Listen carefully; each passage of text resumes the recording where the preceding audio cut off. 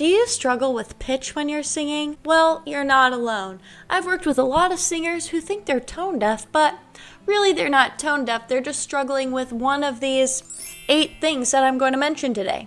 Hi, my name is Olivia Peck. I'm your local millennial voice teacher here on YouTube, and I really love to help singers out. So today we're focusing on one of the most important parts of singing, which is having great pitch. Sometimes it's a simple fix, and sometimes it takes really consistent practice to get better at improving your pitch. So let's talk about what you may be struggling with. Once we correct these things, usually people get on the right track.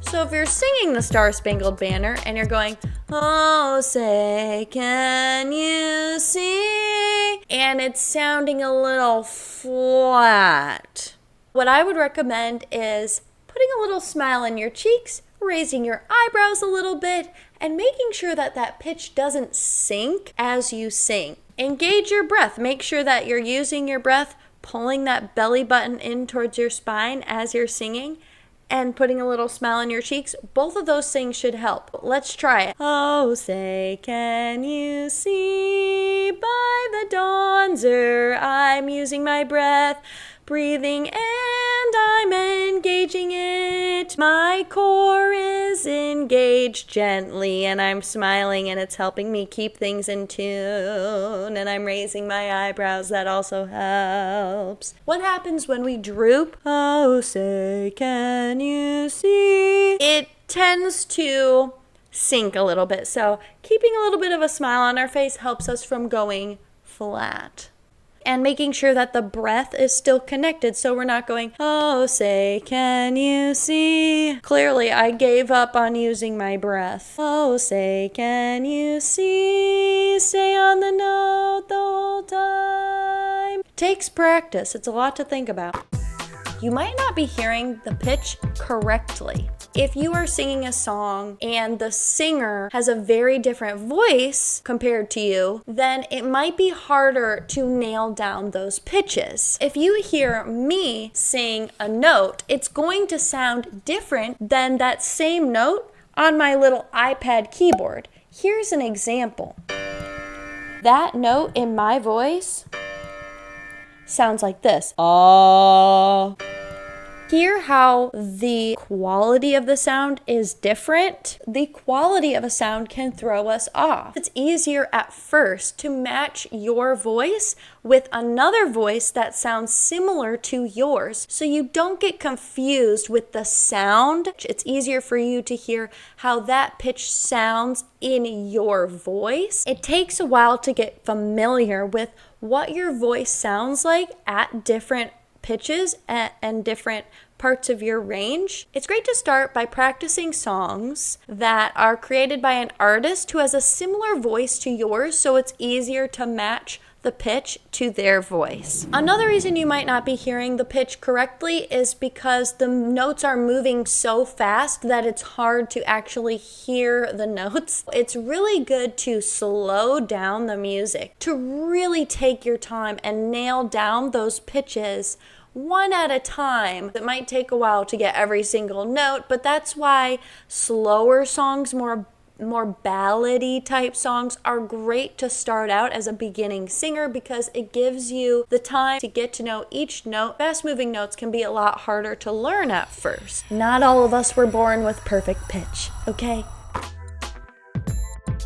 Let's say you're going sharp. This is less common in my opinion, but if you're going sharp, you probably just need to elongate your vowels a little bit. Maybe. It's not a cure-all, guys. These aren't cure-alls, but they usually help. Oh, say, can you see by the dawn's early light? I don't know. Elongating your vowels should help. Oh, say, can you see by the dawn? So if you're going sharp, it could be that your soft palate is nice and lifted. Oh, you have all this space up here, but you need to balance it out by making sure that your shape of your vowels are a little bit taller.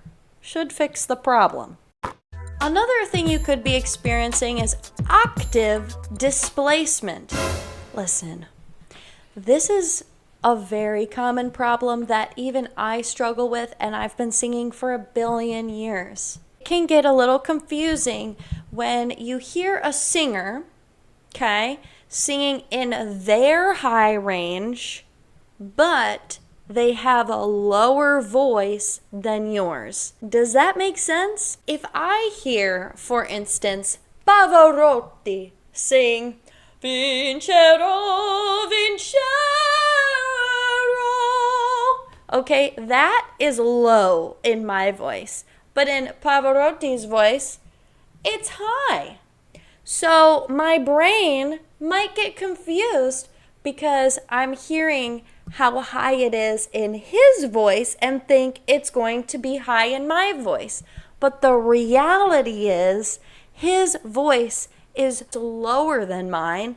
So actually, when I sing what he sings, it's going to be lower. Does that make sense? So what do we do about this when you can't figure out what you're supposed to sing? Don't just run through the whole song from beginning to end and noodle around. Take the chunk that's giving you trouble, go slowly with it, really listen to what the pitches actually are instead of what you think they probably are, going through the song super quickly. Number 5, the song is just not in your range. It's too high or it's too low. You might want to go, is this really the right song for me, or can I find something that's a little bit of a better fit? And then it feels really high and uncomfortable or really low and uncomfortable. Maybe pick another song. I give you permission to pick another song. Number 6, you're losing track of the melody. Sometimes when we sing without the music, it's easy to do this. My last night with you, hold me like I'm more than just a friend. Give me a memory. Hear how I went in 3 different keys there? That's a common problem. Professional singers can sometimes lose track of the keys as well. Having the music in the background can help you stay grounded in the key, but if the backing track is distracting, see if you can find a way to stay in tune. If there's one thing that'll help you improve your pitch, it's definitely learning a little bit of piano and being able to play some vocal warm-ups for yourself, because not only are you learning music theory through that, you are also training your ear and your voice. So, highly recommend. You're recovering from an illness or laryngitis. When your vocal cords are swollen or you're dealing with an illness, I am not a doctor. Typically, our voice behaves in ways that we're not used to. It can be hard sometimes to sing a certain pitch as we normally would, so inflammation is literally getting in the way of producing the sound, and that can be why you're singing out of tune. So make sure you rest your voice. I give you permission to rest your voice. It's very important. Last but not least, you're picking up on other sounds or instruments in the music, the harmonies maybe, that aren't the melody. If you're picking up on maybe the harmonies instead of the main music line, that could be what's throwing you off. There are apps like Moises where you can isolate the vocals by themselves so you can actually hear what the melody is by itself. This is another time when having a voice teacher is really helpful because they can point out when you're doing this. Picking a song where the music behind it isn't super busy and confusing is good, because then you can really focus on what that melody is. If you're interested in taking voice lessons, I am a voice teacher, a voice coach, and you can go to my website, oliviapeck.com, where I can actually curate lessons to fit you much better than ChatGPT can, because I'm a person. It's always great to have a human help you out. Online lessons are incredibly effective. If you're curious, you can always take a free consultation with me. If you want to get your feet wet in some other ways, you can send me a voice memo as well on my website, or you can join our live streams. So subscribe if you want to stay up to date on all of that fun stuff that we have going on the channel and in the studio.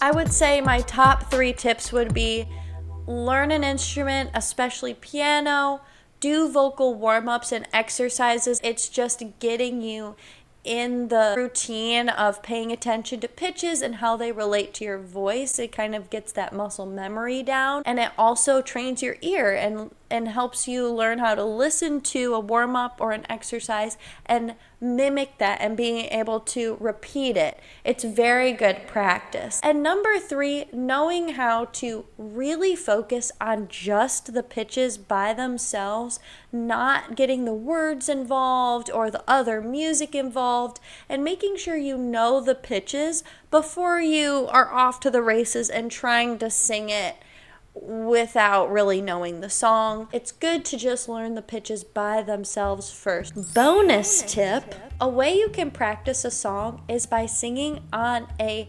staccato like this. Ha ha ha ha ha ha ha ha ha ha. You could hear how some of my notes were a little pitchy. Doing that is a really good way to pinpoint what pitches are not quite exactly right, and it also trains you to hit the note straight on. A lot of people are pretty good at singing right pitches, but they slide up to notes or they don't sustain a note. They kind of fall off. It's really important that not only do you hit the right pitches, but you hit them right away. If you found this video helpful, there are many more to come, so hit the subscribe button and the notification bell, especially if you want to hop in on some of our weekly lives that we do here. I do a singing Q&A almost every week, so I'd love to see you there. You can ask your questions, and as always, you can sign up for a free consultation if you're interested in taking voice lessons with me on oliviapeck.com. Most importantly, take care of yourself and each other. Have a good day. Bye.